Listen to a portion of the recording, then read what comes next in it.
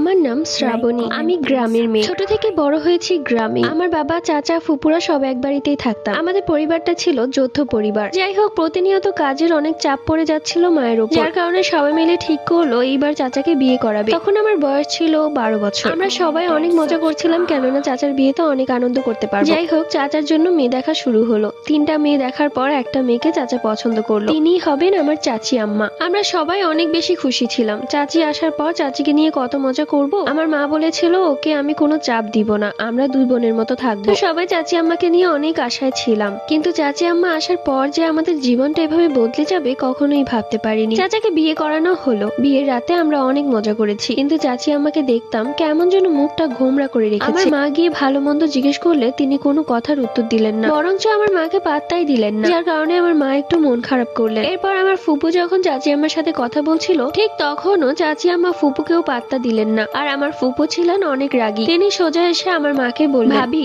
আমার মনে হচ্ছে এই মেয়েকে বিয়ে করিয়ে আনিয়ে ভুল করেছি। এর এত অহংকার, কথাই বলছে না। আমার ছোট ভাইয়ের জীবনটা মনে হয় শেষ হয়ে যাবে। তখন আমার মা ফুপুকে বোঝায় যে নতুন বাড়ি আর নতুন লোকজন, তাই হয়তো কথা বলতে লজ্জা পাচ্ছে। আমিও তো প্রথম দিকে কথা বলতে লজ্জা পেতাম। বিয়ের পরের দিন দুপুর 1টা বেজে গেছে, কিন্তু বড় বউ ঘর থেকে বের হচ্ছে না, যার কারণে আমার মা আমার হাতে নাস্তার প্লেট ধরিয়ে দিয়ে বলল যে তুই গিয়ে দিয়ে আয়। আমিও চাচি আমার ঘরে গেলাম। আমি গিয়ে দেখলাম চাচি আম্মা ঘুরে কি যেন একটা করছে। আমি যাওয়া মাত্রই সে তাড়াহুড়ো করে তার ব্যাগের ভেতর কি যেন একটা ভরে ফেললো। আমি বুঝতে পারলাম না, কিন্তু ছোট মানুষ তো, তাই আগ্রহ একটু বেশি। আমি চাচি আম্মাকে নাস্তা দিলাম। এরপর তিনি নাস্তা খেতে লাগলেন গেট লাগিয়ে। অন্যদিকে আমার ফুপু খুব রেগে আছে। নতুন বউ এত ভাব কিসের? মুখের ওপর দরজা লাগিয়ে দিল। যখন চাচি আম্মা দরজা লাগাচ্ছিলেন তখন ফুপু বরাবরই বসেছিল, তাই বিষয়টা ফুপুর খারাপ লেগেছে। তখন আমি আমার ফুপুকে গিয়ে বললাম, জানো ফুপু, আমি না দেখেছি চাচি আম্মা কিছু একটা লুকাচ্ছিল। এই কথা শুনে ফুপু ভাবলো যে হয়তো গহনা লুকাচ্ছিল, কিন্তু লুকানোর কি আছে, আমরা কি ওর গহনা নিয়ে নিব নাকি? তো যাই হোক, আমার রাতের বেলা কোনোভাবে ঘুম আসছিল না। আমি মায়ের পাশে বসে জানালা দিয়ে চাঁদের দিকে তাকিয়েছিলাম। হঠাৎ করে আমার চোখ পড়লো বাড়ির উঠানের দিকে। দেখলাম লাল শাড়ি পরে কেউ একজন মাথায় ঘোমটা দিয়ে সামনের দিকে যাচ্ছে। পেছন থেকে দেখতে কিছুটা চাচি আম্মার মতোই দেখাচ্ছিল। তো আমি সাথে সাথে মাকে বললাম, মা দেখো দেখো, ওটা কে?